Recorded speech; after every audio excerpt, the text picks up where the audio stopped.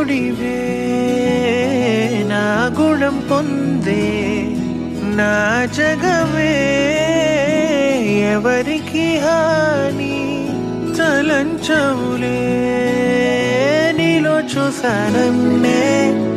నా పోలికే నీది నే నమ్ముతా వదిల్లు వెయ్యేళ్ళు జీవించు నూరేళ్ళు తరించి నీ వాళ్ళు స్మరిస్తూ అయినోళ్ళు నేల తల్లి గొంతు ఎత్తి పల్లెలన్నీ పల్లవించి తెలిపినాయి నీకు విషయం జన్మదిన శుభాకాంక్షలే.